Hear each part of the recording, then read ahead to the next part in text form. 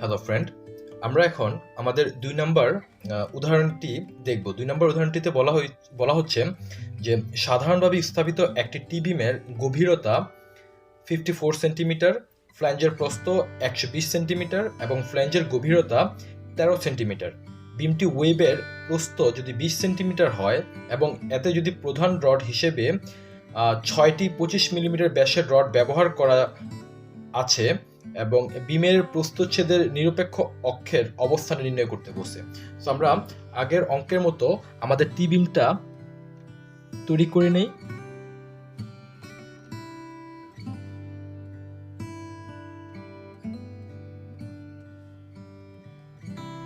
ওকে, এখানে বলা হয়েছে যে টি বিমের গভীরতা বলা আছে 54 সেন্টিমিটার। যেহেতু গভীরতা বলা আছে, গভীরতা বলতে আমরা বুঝতে পারতেছি সেটা হলো এই পুরো অংশটা বলা আছে 54 সেন্টিমিটার। এখন এখানে বলা আছে 6টা রড আছে আমাদের, তাহলে আমাদের কার্যকরী গভীরতা কতটুকু হবে? কার্যকরী গভীরতা থেকে আমরা বের করতে গেলে সর্বদা আমাদের এখানে কাভারিং বের করে নিই, কাভারিংটা বাদ দিতে হবে। তাহলে আমরা ধরে নিতে পারি যে এখানে আমাদের কাভারিং হলো 6.5 সেন্টিমিটার। তাহলে আমরা বলি যে ডি এর মান অর্থাৎ কার্যকরী গভীরতা হবে 54 মাইনাস 6, যেখানে কাভারিংটাকে আমরা ধরে নিলাম 6 সেন্টিমিটার। তাহলে আমাদের ডি কত আসতেছে? 54 মাইনাস 6 সমান 48 সেন্টিমিটার। আমাদের বলা আছে ফ্লেঞ্জের প্রস্থ অর্থাৎ বি এর মান দেওয়া আছে আমাদের 120 সেন্টিমিটার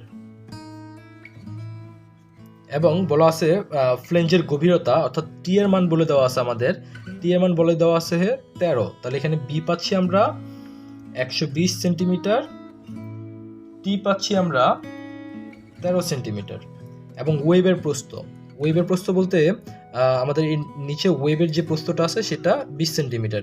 তার মানে আমরা এটা জানি বি প্রাইম সমান 20 সেন্টিমিটার।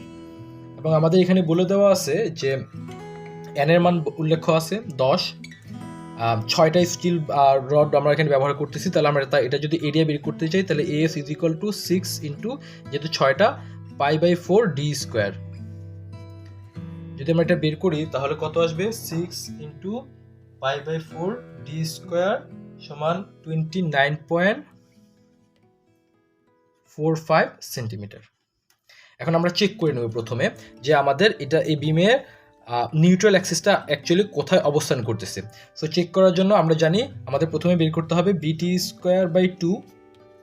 এখানে বি এর মান হলো 120 ইন্টু টি এর মান হলো 13 ডিভাইডেড বাই 2।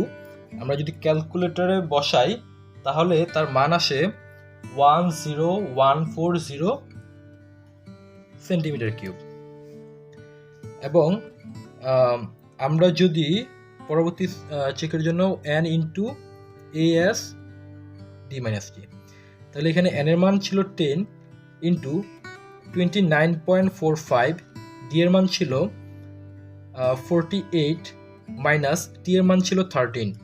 তাহলে আমি যদি ক্যালকুলেশন করি আমাদের ভ্যালু আসে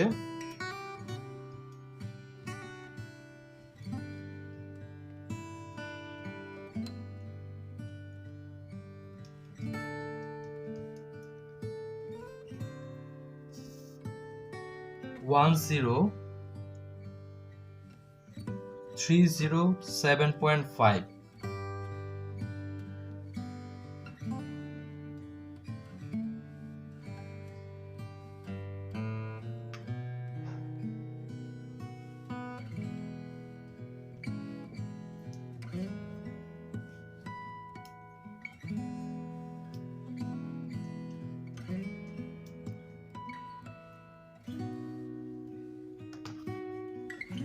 এই ভ্যালুটা আমরা যেটা দেখতে পাচ্ছি আমরা এটাকে খুব বেশি, যদিও এটার মধ্যে পরিবর্তন হচ্ছে না, আমরা এই ভ্যালুটাকে ধরে নিতে পারি যে এটা অনেকটা এইটার কাছাকাছি একটা ভ্যালু হিসেবে আমরা এটাকে যদি ধরে করি তাহলে আমরা যেটা দেখব সেটা হলো যে আমাদের এই দুইটা ভ্যালু সেম চলে আসছে। কোনটা?